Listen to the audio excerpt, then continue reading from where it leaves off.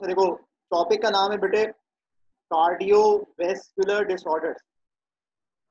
ये वो तमाम बीमारियां हैं जो कि हार्ट और ब्लड वेसल्स को लेकर बीमारियां हैं। इसका मतलब वो बीमारियां जो कि हार्ट में हो रही हैं या फिर ब्लड वेसल्स के अंदर हो रही हैं, उन बीमारियों को कार्डियोवैस्कुलर डिसऑर्डर्स कहते हैं। इसमें सबसे पहली बीमारी जो है वो एथीरोस्क्लेरोसिस है। ये आपको स्क्रीन पे नाम नजर आ रहा होगा, एथीरोस्क्लेरोसिस या आर्टीरियोस्क्लेरोसिस। ये दो टर्म्स हैं जो मोस्ट ऑफनली इस्तेमाल होती हैं। एथीरोस्क्लेरोसिस क्या है? ये बीमारी है आर्टरीज की दीवारों की। आर्टरीज की जो वॉल्स हैं, दीवारें हैं, उनका जो डिसऑर्डर है या बीमारी है उसको एथीरोस्क्लेरोसिस कहते हैं। स्क्लेरोसिस के मायने वैसे लफ्जी मायने स्क्लेरोसिस के होते हैं हार्डनिंग। एथीरोस्क्लेरोसिस में क्या होता है कि जो इलास्टिसिटी होती है, देखो आर्टरीज खिंच सकती हैं तो जो, और ये ब्लड प्रेशर फील करती हैं, तो इनकी जो इलास्टिसिटी है वो कम हो जाती है। अगर किसी आर्टरी की इलास्टिसिटी कम होने लग जाए या फिर उसका जो डायमीटर है, चौड़ाई है, वो कम होने लग जाए, जैसे कि इस बीमारी में होता है, एथीरोस्क्लेरोसिस के अंदर होता है, इसमें आर्टरीज की इलास्टिसिटी भी खत्म हो जाती है या कम हो जाती है, और उनका जो डायमीटर है, जो ल्यूमेन है उनके अंदर का, वो भी कम हो जाता है। क्यों ऐसा होता क्यों है? क्योंकि इसमें एक प्लाक, तो कहते हैं एथीरोमेटस प्लाक, ये आके जम जाता है आर्टरी की दीवारों में। ये जो प्लाक है, ये एथीरोमेटस प्लाक है, इसमें है क्या? या तो इसमें लो डेंसिटी लाइपोप्रोटीन्स होते हैं, लो डेंसिटी लाइपोप्रोटीन कॉम्बिनेशन होते हैं कोलेस्ट्रॉल और प्रोटीन का, या फिर इसमें कोई मसल टूटा बॉडी में कहीं, वो ब्लड वेसल में आ गया, वो आके चिपक गया यहाँ पे, या कोई फाइब्रस टिश्यू, फाइबर से मिलकर बना हुआ टिश्यू ब्लड में आया, यहाँ के चिपक गया, या कोई ब्लड ब्लड का हिस्सा जमा, और वो ब्लड का जो हिस्सा जमा वो इस वॉल के साथ आके जम गया, या कैल्शियम आके चिपक गया आर्टरी की दीवार के साथ, जिसकी वजह से ये जो आर्टरीज हैं ये हार्ड हो गई, या इनकी इलास्टिसिटी जो है वो कम हो गई, डायमीटर कम हो गया, क्योंकि कोई चीज़ आके फंस गई है। अब वो कोई चीज़ आके जो फंस रही है उसको कहते हैं प्लाक। वो क्या हो सकते हैं, मैंने बता दिया आपको, लो डेंसिटी लाइपोप्रोटीन्स होते हैं, यानी कि कोलेस्ट्रॉल और प्रोटीन का कॉम्बिनेशन है। कोई डेड टिश्यू है, ब्लड आके जम गया, कोई फाइबर का टिश्यू आके जम गया, कैल्शियम आके जम गया, जिसकी वजह से ल्यूमिन कम हो गया, इसको एथीरोस्क्लेरोसिस कहते हैं। जबकि आर्टीरियोस्क्लेरोसिस जो है वो आर्टरीज की हार्डनिंग है। तो दोनों में देखो डिफरेंस क्या है। आर्टीरियोस्क्लेरोसिस हार्डनिंग है, एथीरोस्क्लेरोसिस कंडीशन है जिसमें कोई चीज आके चिपक रही है दीवार के साथ, डायमीटर का कम होना एथीरोस्क्लेरोसिस है। आर्टरीज का हार्ड हो जाना आर्टीरियोस्क्लेरोसिस है। ये इंटर कन्वर्टेबल टर्म्स हैं, दोनों टर्म एक साथ इस्तेमाल होती हैं, या कन्वर्ट करके आप इसको आर्टीरियोस्क्लेरोसिस की जगह एथीरोस्क्लेरोसिस भी लफ्ज इस्तेमाल हो रहा होता है, और एथीरो की जगह आर्टीरियो भी लफ्ज इस्तेमाल हो रहा होता है। इसके कॉजेज क्या है? इसका कॉज स्मोकिंग है। जो लोग स्मोकिंग ज्यादा करते हैं उनमें आर्टरीज हार्ड हो जाती हैं, क्योंकि स्मोकिंग में निकोटीन है, या स्मोक के अंदर इस तरह के सब्सटेंसेस हैं, केमिकल सब्सटेंसेस हैं जो जाकर एथीरोस्क्लेरोसिस को करवाते हैं। इसके अलावा हाइपरटेंशन है, अभी हम पढ़ेंगे।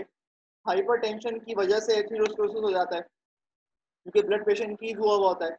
इंक्रीज ब्लड प्रेशर की वजह से मसल या टिश्यू या आर्टरी फटने लगती हैं, तो वो उसका कोई टुकड़ा आके जम जाता है यहाँ पर। ज्यादातर ये जो कंडीशन है ये मेल में होती है। वो मेल में इसलिए होती है क्योंकि ज्यादातर मेल मेल में मोटापा भी ज्यादा होता है, मेल में हाइपरटेंशन भी ज्यादा होती है, मेल ज्यादा एग्रेसिव होते हैं। इन्हीं तमाम रीजंस की वजह से एथीरोस्क्लेरोसिस के होने के चांसेस मेल में ज्यादा है।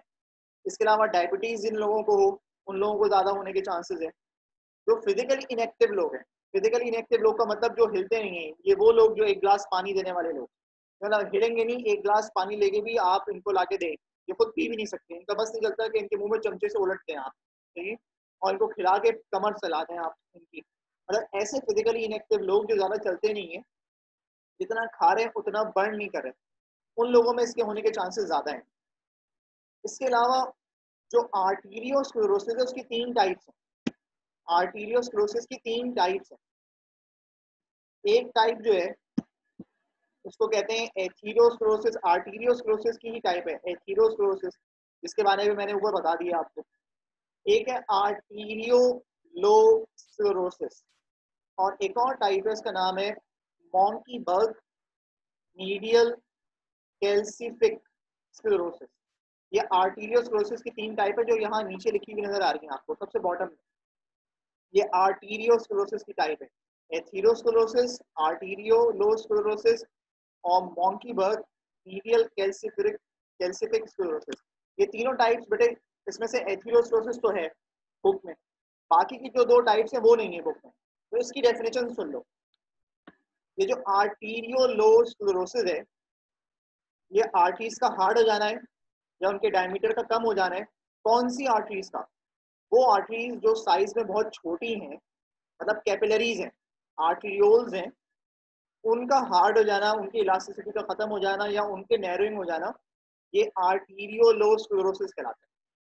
एक और है इसमें, इसका नाम है मॉन्की बर्ग मीडियल कैल्सिफिक स्क्लेरोसिस।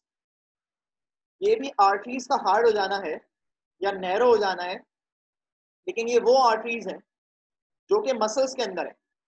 अगर वहां पे कैल्शियम आके जमा हो रहा है, वो आर्टरीज जो मसल्स के अंदर है उनमें कैल्शियम आके डिपॉजिट हो रहा है जिसकी वजह से वो हार्ड हो जाए, तो इस कंडीशन को मॉन्की बर्ग मीडियल कैल्सिफिक स्क्लेरोसिस कहते हैं। ये मॉन्की बर्ग बेटे साइंटिस्ट का नाम है जिसने ये डिस्कवर किया था। मैं सवाल ना सबसे आखिर में लूंगा, सही है, जब ये टॉपिक पूरा हो जाएगा। तो जो भी चीज है तुम अपने पास लिखते रहो, आखिर में मुझसे पूछना, सही है, अभी बीच में नहीं पूछना कोई। इसके बाद दूसरी कंडीशन,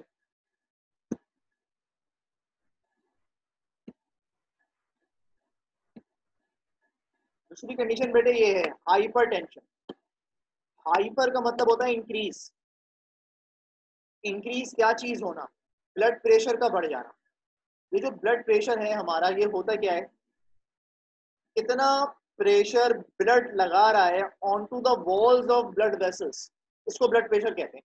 वो प्रेशर जो ब्लड एक्सर्ट करता है on to the wall of vessel पर मिलीमीटर मरकरी, इस हाइड्रोस्टेटिक प्रेशर को आप ब्लड प्रेशर कहते हैं। नॉर्मल कितना होता है? 120/80 होता है। 120 सिस्टोलिक है, 80 डायस्टोलिक है।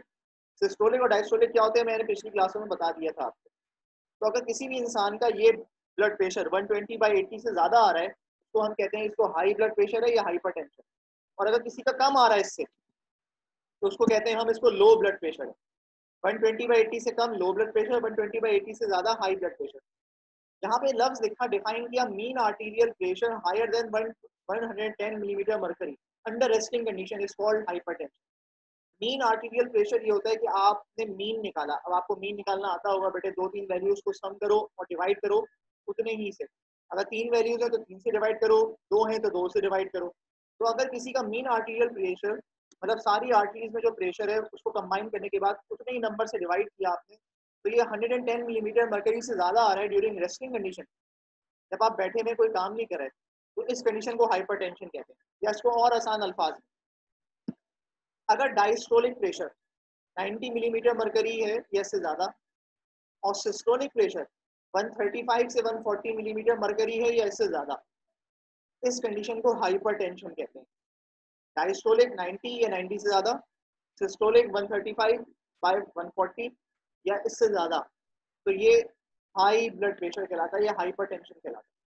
हाइपरटेंशन को साइलेंट किलर भी कहते हैं। साइलेंट किलर इसको इसलिए कहते हैं क्योंकि it does not show any symptoms. ये एक ऐसी बीमारी है जिसमें सिम्टम ही नहीं आते, एसिम्प्टोमेटिक है। तो पेशेंट को ना बुखार है, ना खांसी है, ना नजला है, ना जिस्म में कहीं तकलीफ है, ना और कोई इस तरह का सिम्टम अपेयर हो रहा है, लेकिन उसको बीमारी है। और अंदर ही अंदर ये बीमारी जो है, इसकी वजह से दूसरी चीजें डेवलप हो रही होती हैं बॉडी में, जिसकी वजह से इंसान की मौत भी हो सकती है। इसलिए इसको साइलेंट किलर कहते हैं। ये जो बीमारी है हाइपरटेंशन, इसकी वजह से और बीमारियां होने लगती हैं, जैसे एथीरोस्क्लेरोसिस होने लगता है, हार्ट इनलार्ज हो जाता है। तो अगर किसी का हार्ट इनलार्ज हो गया, बड़ा हो गया दिल, तो दिल बड़ा होना भी बीमारी है, इसको कहते हैं कार्डियोमेगैली। कार्डियोमेगैली मैंने लिखा हुआ है यहाँ पे स्क्रीन पे, मैंने आपको इसकी इमेजेस भेज भी दी हैं। इसके अलावा क्या चीज़ है जिसकी वजह से हाइपरटेंशन होने के चांसेस ज़्यादा हैं या इसके कॉजेज हैं हाइपरटेंशन के होने के? सबसे पहला कॉज क्या है? जो लोग हाई इनटेक ऑफ सॉल्ट करते हैं उनमें हाई हाई ब्लड प्रेशर हो जाता है, क्योंकि सॉल्ट जो है वो ब्लड प्रेशर को बढ़ाता है, ज़्यादा से ज़्यादा इनपुट कराता है वाटर का। जहाँ पे भी सॉल्ट होती है वहाँ ज़्यादा पानी आता है, ज़्यादा लिक्विड आता है, जिसकी वजह से ब्लड प्रेशर बढ़ जाता है। जो लोग मोटे हैं उनमें कोलेस्ट्रॉल ज़्यादा है, उसकी वजह से हाइपरटेंशन हो जाती है। जिनकी किडनी फेल है या एड्रीनल ग्लैंड, एक ग्लैंड है किडनी के ऊपर, वो फेल हो गया है, उनमें चांसेस हाइपरटेंशन के होने के ज़्यादा है। या जो लोग स्मोकिंग करते हैं उन लोगों को ज़्यादातर हाइपरटेंशन हो जाती है। तो ये तो कॉजेज हैं हाइपरटेंशन के होने के। इसके अलावा फिजिकल इनएक्टिविटी है, ये भी है इसका कॉज। तो ये दूसरी बीमारी थी हाइपरटेंशन। ये दो बीमारियां करी हम तक। मैंने बोल दिया था पहले ही कि सवाल जवाब जितने भी होंगे वो सबसे आखिर में लूंगा। तीसरी कंडीशन है थ्रोम्बस फॉर्मेशन। थ्रोम्बस क्या होता है? थ्रोम्बस कहते हैं ब्लड क्लॉट के बन जाने को। क्लॉट कहते हैं खून के जम जाने को।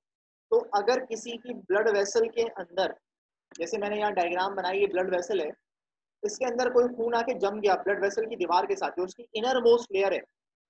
हमें मालूम है ब्लड वेसल्स की 3 लेयर्स होती हैं, ट्यूनिका, इंटीमा, मीडिया और एक्सटर्ना। तो ट्यूनिका इंटीमा जो है, अगर वहां पे आके कोई ब्लड क्लॉट हो गया है या ब्लड जम गया है, इस जमे हुए खून को जो ब्लड वेसल के अंदर जमा, इसको थ्रोम्बस कहते हैं। या ये जो आप कहें ये रुकावट आ गई, रुकावट को हम प्लाक कहते हैं। तो ये जो प्लाक आके जमा हुआ, इसकी वजह से थ्रोम्बस फॉर्मेशन होती है। होता क्या है कि कोई प्लाक आके जम जाता है ब्लड वेसल के साथ, यानी कि कोई कैल्शियम या कोई डेड टिश्यू या कोई और स्ट्रक्चर आके, लिपिड, कोलेस्ट्रॉल वगैरह किसी ब्लड वेसल की दीवार के साथ आके चिपक जाता है, और जैसे ही ये यहाँ से हटता है तो ये डैमेज कर देता है दीवार को ब्लड वेसल की। जब ब्लड वेसल की दीवार डैमेज हो जाती है तो वहाँ प्लेटलेट्स आके जमा होते हैं, और जैसे ही प्लेटलेट्स आके जमा होते हैं वहाँ पर, तो ये वो हिस्सा था जिसकी बात मैंने शुरू में करी थी कि क्लॉट आके बन गया। इस वजह से क्लॉट आके बनता है, क्योंकि पहले प्लाक डैमेज करता है ब्लड वेसल को, उसके बाद वहां पे आके प्लेटलेट जमा होते हैं ताकि उसको जो है वहां से ब्लड लीक होने से बचा सके, और ये वहां जमे रह जाते हैं। इस तरह का जो क्लॉट बनता है उसको थ्रोम्बस कहते हैं। ये जितने भी क्लॉट बनते हैं ये आहिस्ता आहिस्ता प्रोग्रेस करते हैं, मतलब बढ़ते जाते हैं, और जो आर्टरी है या जहाँ पे भी जिस ब्लड वेसल में भी आके ये बना है उसके डायमीटर को कम कर देते हैं या ब्लॉक कर देते हैं। तो अगर डायमीटर कम हो गया या ब्लॉक कर दिया, तो ये जो ब्लड वेसल या आर्टरी या कोई भी वेन, कोई भी ब्लड वेसल जहां पर ब्लड लेकर जा रही थी वहां तक ब्लड लेके जा नहीं पाएगी। तो अगर वहां तक ब्लड पहुंचेगा नहीं तो वो ऑर्गन काम कैसे करेगा? ना उसमें गैसेस पहुंच रही है, मतलब ऑक्सीजन नहीं पहुंच रही है, उसमें से कार्बन डाइऑक्साइड नहीं निकल रही, ना उसमें न्यूट्रिएंट मिल रहे हैं, ना उससे वेस्ट बाहर निकल पा रहा है, जिसकी वजह से वो ऑर्गन इनसफिशिएंट या मेल फंक्शन हो जाता है। वो ऑर्गन काम करना आहिस्ता आहिस्ता रोकने लगता है या बंद करने लगता है। फिर उस ऑर्गन के फेल होने की वजह से उसकी कंडीशंस डेवलप होती हैं अलग बॉडी में। तो thrombus can be fatal, thrombus fatal हो सकता है। एक और लफ्ज है एम्बुलस। थ्रोम्बस और एम्बुलस के अंदर डिफरेंस क्या है? थ्रोम्बस जो है वो क्लॉट का बन जाना ब्लड वेसल के साथ, ये क्लॉट ब्लड वेसल के साथ आके चिपक गया, अब यहाँ चुपका रहेगा, यहाँ से हिल नहीं रहा, ये थ्रोम्बस है। एम्बुलस क्या होते हैं? ये जो क्लॉट आके जमा हुआ ब्लड वेसल से, ये यहाँ से डिसलॉज हो जाए, यहाँ से निकल जाए, और निकल कर पूरे ब्लड के साथ ट्रेवल करने लगे, तो moving clots are called embolus, and stationary clots are called thrombus. अगर आप डिफरेंस पूछते हैं इन दोनों का डिफरेंस क्या है, तो थ्रोम्बस रुके हुए क्लॉट को कहते हैं और एम्बुलस मूविंग क्लॉट को कहते हैं। अब ये मूविंग क्लॉट और भी डेंजरस है, क्योंकि अगर ये मूविंग क्लॉट किसी ऐसी ब्लड वेसल के अंदर आ गया जो कि बहुत ही इंपॉर्टेंट ऑर्गन को ब्लड सप्लाई कर रही है, तो उस ऑर्गन की ब्लड सप्लाई रुक जाएगी। जैसे हार्ट, हार्ट की ब्लड सप्लाई है कोरोनरी आर्टरी। तो अगर ये एम्बुलेंस मूव करता करता ब्लड के साथ हार्ट की आर्टरी, मतलब कोरोनरी आर्टरी में दाखिल हो गया, तो ये उसको बंद कर देगा। इस कंडीशन को कहते हैं कोरोनरी थ्रोम्बोसिस, जिसकी वजह से हार्ट अटैक होने के चांसेस होते हैं। ये 3 कंडीशंस का जिक्र किया मैंने। चौथी कंडीशन मायोकार्डियल इंफाक्शन। मायो का मतलब होता है बेटे मसल्स, मायो का मतलब होता है मसल्स। कार्डियल, कार्डिक लफ्ज से निकला है जिसका मतलब है कार्डिक टिश्यूज। इंफाक्शन कहते हैं लॉस ऑफ ब्लड सप्लाई को, इंफाक्शन कहते हैं लॉस ऑफ ब्लड सप्लाई को। तो जो हार्ट के मसल्स हैं, अगर इनकी ब्लड सप्लाई लॉस हो जाए, जो कंडीशन डेवलप होगी उसको कहते हैं आप हार्ट अटैक या मायोकार्डियल इंफाक्शन, जिसकी वजह से हार्ट के मसल्स काम करना छोड़ देते हैं क्योंकि उनको ब्लड ही नहीं मिल रहा और फिर उनकी डेथ हो जाती है। इसके सिम्टम्स क्या, जिसको हार्ट अटैक होगा उसके सिम्टम्स क्या होंगे? इसके सीने में तकलीफ होगी, पूरी स्किन लाल हो जाएगी, स्वेटिंग होने लगेगी, पसीना आने लगेगा, प्रेशर सा फील होगा, ऐसा लगेगा टाइटनेस हो रही है, जिस्म जो है इसका अकड़ रहा है, सीना अकड़ रहा है, इसके उल्टे हाथ में दर्द हो रहा है, इसके जॉ में जबड़ा जो है इसका वो बंद हो जाता है, जॉ लॉक हो जाता है, इसका जबड़ा जो है जॉ वो लॉक हो जाता है, बोलने में डिफिकल्टी हो रही होती है, खाना खाया तो इनडाइजेशन हो रही है, मतलब खाना डाइजेस्ट नहीं हो रहा, नौजिया की फीलिंग हो रही है, ऐसा लगता है उल्टी आ जाएगी, थकावट हो रही है, सांस आने में डिफिकल्टी है और चक्कर से आने लगते हैं। ये तमाम वो कंडीशंस हैं या सिम्टम्स हैं कि हार्ट अटैक हुआ है पेशेंट को। तो अगर कोरोनरी आर्टरी, वो आर्टरी जो ब्लड सप्लाई कर रही है हार्ट को, ये अगर ब्लॉक हो गई, अब वो चाहे थ्रोम्बस की वजह से हो या एम्बुलेंस की वजह से हो, जिसकी वजह से जो ब्लड जा रहा था हार्ट के टिश्यूज में वो अब नहीं जा पा रहा, तो उन टिश्यूज की डेथ होना स्टार्ट हो गई। इस कंडीशन को मायोकार्डियल इंफार्क्शन या हार्ट अटैक कहते हैं। अगर बहुत छोटा सा एरिया, मतलब बहुत ही कम हार्ट के टिश्यूज डैमेज हुए हैं या उनकी डेथ हुई है, तो ये कंडीशन रिकवरेबल होती है, पेशेंट रिकवर कर जाता है। लेकिन अगर बहुत बड़ा एरिया हार्ट के टिश्यूज का की डेथ हो गई है, तो फिर ये नॉन रिकवरेबल लॉस होता है, फिर ये हार्ट सर्वाइव या पेशेंट सर्वाइव नहीं कर पाता। एक और इसमें लफ्ज आप सुनते होंगे एंजाइना, या सिंपल सा एंजाइना पेक्टोरिस। बेटे पेक्टोरिस के मायने होते हैं चेस्ट, सीना, और एंजाइना के मायने होते हैं स्ट्रेंगल कर देना। स्ट्रेंगल मतलब घोट देना, किसी का रस्सी डाल के गला घोट देना। स्ट्रेंगल के मायने होते हैं घोट देना, एंजाइना स्ट्रेंगल को कहते हैं, पेक्टोरिस सीने को। तो ये जो कंडीशन है एंजाइना पेक्टोरिस, ये चेस्ट पेन को कहते हैं, सीने में तकलीफ को कहते हैं, जिसमें ब्लड कम जा रहा है, वो आर्टरी कम ब्लड लेके जा रही है किसी ब्लॉकेज होने की वजह से, तो जो सिम्टम अपीयर होता है उस सिम्टम को कहते हैं एंजाइना पेक्टोरिस, जिसमें सीने में तकलीफ हो रही हो। ये जो हार्ट अटैक है या मायोकार्डियल इंफाक्शन है, अक्सर आप सुनते होंगे कि मुख्तलिफ पेशेंट्स हैं, उनको 2-2, 3-3 हार्ट अटैक हो चुके हैं लेकिन वो सर्वाइव करें, और अक्सर आप सुनते होंगे कि उनको एक ही हार्ट अटैक हुआ और उनकी डेथ हो गई पेशेंट। ज़्यादातर हमारी जो हार्ट की आर्टरीज हैं ये बाय द एज डेवलप होती रहती हैं, ज़्यादा से ज़्यादा ब्लड वेसल्स डेवलप होती रहती हैं। ऐसा देखा गया है कि जिन पेशेंट्स की उम्र 40 ईयर से ज़्यादा है, वो ज़्यादा हार्ट अटैक बर्दाश्त कर पा रहे हैं, और जिनकी 40 ईयर से कम है वो ज़्यादा हार्ट अटैक बर्दाश्त नहीं कर पाते और पहली हार्ट अटैक में उनकी डेथ हो जाती है। इसका रीज़न क्या है? जैसे मैंने कहा कि 40 ईयर्स के बाद ब्लड वेसल्स इंक्रीज होती हैं, तो ज़्यादा ब्लड वेसल्स बढ़ जाती हैं हार्ट। जितनी ज़्यादा ब्लड वेसल्स होंगी हार्ट को सप्लाई करने के लिए, उतने ही ज़्यादा रास्तों से ब्लड आ सकता है हार्ट। हार्ट अटैक में हो क्या रहा है? ब्लड वेसल ब्लॉक हो रही है। तो अगर बिलफर्ज एक हार्ट अटैक हुआ और एक ब्लड वेसल ब्लॉक हो गई और अगर दूसरी है, तो वहां से ब्लड जा सकता है, इसी वजह से पेशेंट सर्वाइव कर पाते हैं। लेकिन जिनकी एज 40 से कम है उनमें ब्लड वेसल ही एक है, और अगर वही ब्लॉक हो गई तो कोई और ऑल्टरनेट रास्ता नहीं है जहां से ब्लड जा सके हार्ट में, तो उनकी डेथ हो जाती है, या फेटल कंडीशन होती है उनके लिए। तो ज़्यादातर जो यंग लोग होते हैं, ज़्यादातर जो यंग लोग होते हैं उनमें मॉर्टेलिटी रेट ज़्यादा है हार्ट अटैक की वजह से, और जो लोग जिनकी एज 40 या 50 प्लस है उनमें इतना मॉर्टेलिटी रेट नहीं है, सर्वाइवल रेट ज़्यादा है हार्ट अटैक की वजह से। आपने खुद ने सुना होगा शायद कि 2-3 हार्ट अटैक में भी सर्वाइव कर रहे हैं। ये चौथी कंडीशन थी। अब पांचवी कंडीशन जो है वो बेटे स्ट्रोक है।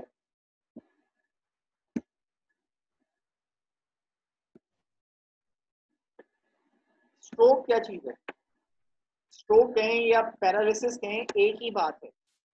अगर ब्रेन का कोई पार्ट, ब्रेन के हमारे मुख्तलिफ पार्ट्स हैं, अभी आपने सेकेंड ईयर में पढ़ा था चैप्टर नंबर 3 में, fore brain, mid brain, hind brain पे फोर ब्रेन के अलग पार्ट हैं, हाइंड ब्रेन के अलग पार्ट्स हैं। अगर कोई पार्ट ऑफ ब्रेन की ब्लड सप्लाई डैमेज हो जाए, जिसकी वजह से उस पार्ट ऑफ ब्रेन को ब्लड ना जाए, तो वो जो पार्ट ऑफ ब्रेन जो भी फंक्शन करता है वो करना बंद कर देगा। इस कंडीशन को स्ट्रोक या पैरालिसिस कहते हैं। सिम्टम्स क्या होते हैं स्ट्रोक या पैरालिसिस के? नमनेस हो जाती है। नमनेस का मतलब जिसको हम उर्दू में कहते हैं सुन हो गया, आप हिला रहे हैं, मूव नहीं कर रहा।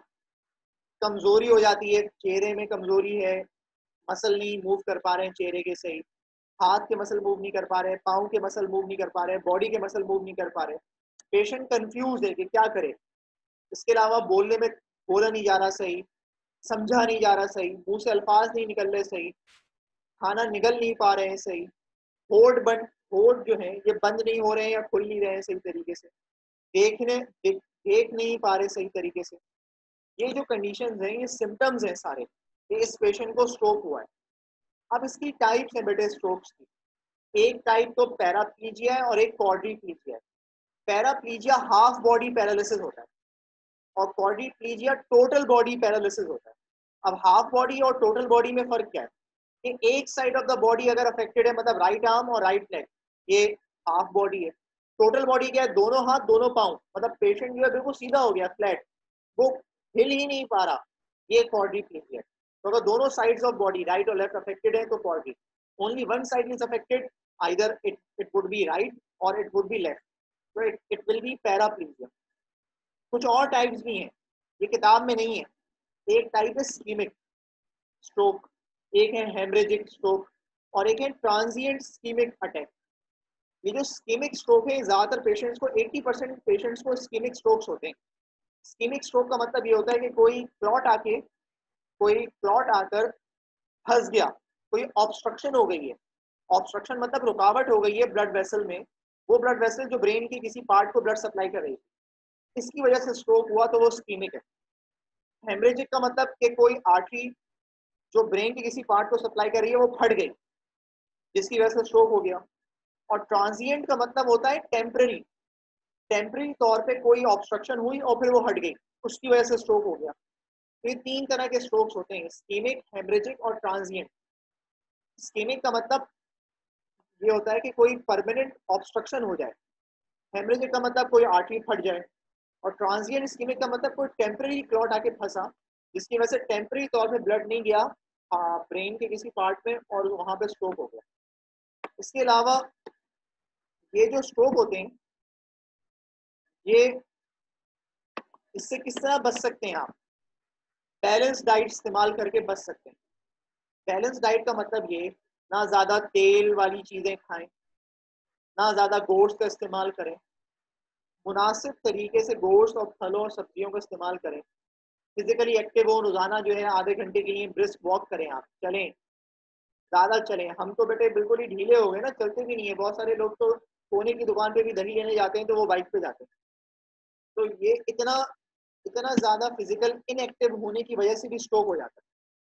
इसके अलावा सॉल्ट, नमक का इस्तेमाल कम करें खाने में, जंक फूड का इस्तेमाल कम करें खाने में। इसकी वजह, इन तमाम चीज़ों से इस्तेमाल करने से आप स्ट्रोक से बच सकते हैं। अच्छा, अब यहाँ पे कुछ कंडीशंस हैं या ये लफ्ज हैं। एक लफ्ज है हेमरेज। हेमरेज किसको कहते हैं बेटे? अगर ब्लड निकला किसी ब्लड वेसल में से और लीक होने लगा, ब्लड किसी ब्लड वेसल में से लीक हो रहा है ब्लड, इस कंडीशन को हेमरेज कहते हैं। ब्लड अगर किसी ब्लड वेसल में से लीक हो रहा है, इसको हेमरेज कहते हैं। हीमाटोमा किसको कहते हैं? ब्लड लीक हुआ और किसी टिश्यू में आके जमा हो गया, इसको हीमाटोमा कहते हैं। ब्लड किसी ब्लड वेसल में से निकला और किसी टिश्यू में आके जमा हो गया, इसको हीमाटोमा कहते हैं। ब्लड के लीक होने को हेमरेज कहते हैं। एडीमा क्या है? Oedema is accumulation of tissue fluid. मैं लिम्फेटिक सिस्टम करा चुका हूँ आपको। लिम्फेटिक सिस्टम में हमने कहा था कि टिश्यू में फ्लूइड है या लिम्फ जो जमा हो रहा है टिश्यू के अंदर, उसको टिश्यू फ्लूइड या लिम्फ कहते हैं। अब अगर किसी के ये टिश्यू में ये फ्लूइड ज्यादा जमा हो रहा है, इस कंडीशन को एडीमा कहते हैं। किसी के टिश्यू में अगर फ्लूइड ज्यादा जमा हो रहा है तो उसको एडीमा कहते हैं। अब बहुत सारे कॉजेज हैं एडीमा के। प्रोटीन डेफिशिएंसी की वजह से हो जाता है एडीमा। एक वॉर्म है, उसका वो एक कंडीशन कॉज करता है, नीमाटोड है, वो कंडीशन कॉज करता है फिलारियासिस, उसकी वजह से एडिमा हो जाता है। या फिर अगर कोई आर्टरी जिसमें ब्लड प्रेशर ज़्यादा बढ़ा हुआ है या हाइपरटेंशन के जो मरीज होते हैं उनमें एडिमा के होने के चांसेस ज़्यादा होते हैं, क्योंकि हाई ब्लड प्रेशर की वजह से ब्लड लीक हो जाता है और ब्लड लीक होकर टिश्यू में जमा हो गया, जिसको हमने कहा कि मतलब यहाँ टिश्यू फ्लूइड ज़्यादा हो गया जिसकी वजह से एडिमा हो गया। और अमाइनो एसिड की या प्रोटीन की डेफिशिएंसी की वजह से क्या होता है कि हमारी बॉडी ब्लड के प्रोटीन को इस्तेमाल करने लगती है, जिसकी वजह से वहाँ से पानी लीक होता है और वो टिश्यू में जमा हो जाता है। या जो वॉर्म आके फंस जाते हैं, लिम्फेटिक वेसल को ब्लॉक कर देते हैं, जिसकी वजह से लिम्फ वापस ही नहीं आ पाता सर्कुलेशन में, या वो लिम्फ फ्लो ही नहीं कर पाता बॉडी में, तो लीक होने लगता है और टिश्यू में जमा होने लगता है। एडिमा की वजह से टिश्यू की स्वेलिंग होने लगती है बहुत ज़्यादा, जिसकी वजह से वहाँ पे लोकली जो भी आर्टरीज, वेन्स और नर्व है वो डैमेज होने के चांसेस होते हैं और इंतहाई पेनफुल कंडीशन होती है। तो ये जो बातें थी वो सारी बेटे ये कार्डियोवास्कुलर डिसऑर्डर्स थे जो मैंने कराए।